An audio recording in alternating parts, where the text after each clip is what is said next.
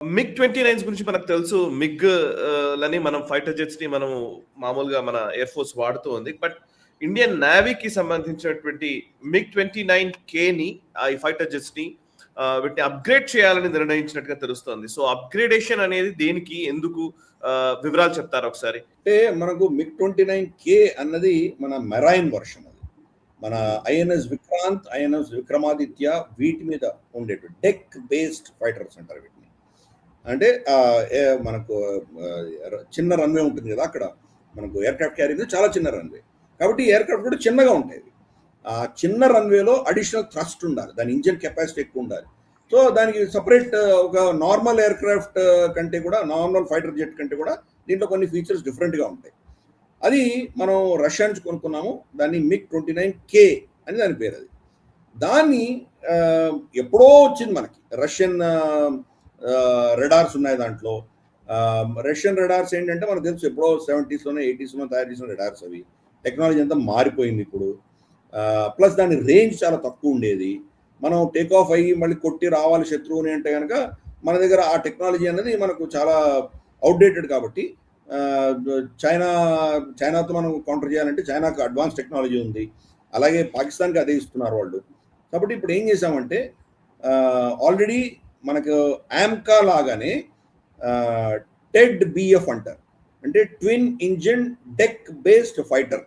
అది ఒకటి ప్రాజెక్ట్ నడుస్తోంది మన దేశంలో, కానీ అది డిలే అవుతుంది యాజ్ యూజువల్. మనకి ఎయిర్క్రాఫ్ట్ అన్నీ డిలే అవుతున్నాయి కదా. మనకు ఎయిర్ మార్షల్ ఏకే సింగర్ చెప్పారు కదా, వీళ్ళు అన్నీ ప్రామిస్ చేస్తారు కానీ ఏది కూడా మాకు టైం డెలివరీ అవ్వదు, మేము ఏం చేయాలి అన్నాడు కదా ఆయన.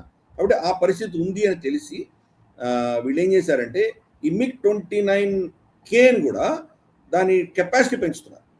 ఫస్ట్ ఏం చేస్తున్నారంటే ఉత్తమ్ రెడార్ పెడుతున్నారు దాంట్లో. రష్యన్ రెడార్ని తీసేసి ఉత్తమ్ రెడార్ పెడుతున్నారు. ఉత్తమ్ రెడార్ మనది AESA అంటారు, యాక్టివ్ ఎలక్ట్రానికలీ స్కాన్డ్ అరే టెక్నాలజీ అంటారు. ఇదివరకు ఏంటంటే సింగిల్ బీమ్ వెళ్ళేది వచ్చేది అట్లా చూసేది, ఇప్పుడు అట్లా కాదు. దాని వైడ్ రేంజ్ మల్టిపుల్ టార్గెట్స్ ఒకటేసారి ట్రాక్ చేయగలదు.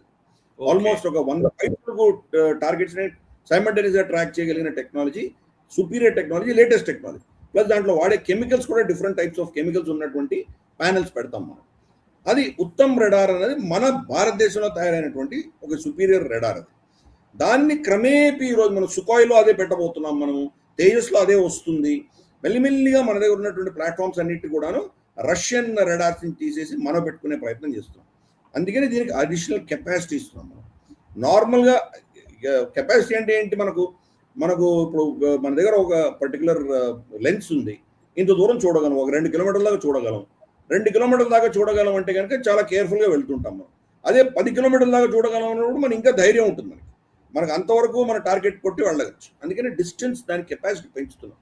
యాక్టివ్ ఎలక్ట్రానికలీ స్కాన్డ్ అరే రెడార్ తోటి మొత్తం వైడ్ ఏరియా చూడగలుగుతూ, ఇంకా డెప్త్లో చూడగలదు. కాబట్టి దాని పర్ఫార్మెన్స్ కెపాసిటీ గతంలో ఉన్న కెపాసిటీ కంటే కూడా ఆల్మోస్ట్ డబుల్ చేయబోతున్నాం. అదే ఇంజిన్ కెపాసిటీ, అదే దాని ఎంత ఫ్యూసలాజ్లో ఎన్ని బాంబులు తీసుకెళ్ళగలదో దాని కెపాసిటీ అంతనే.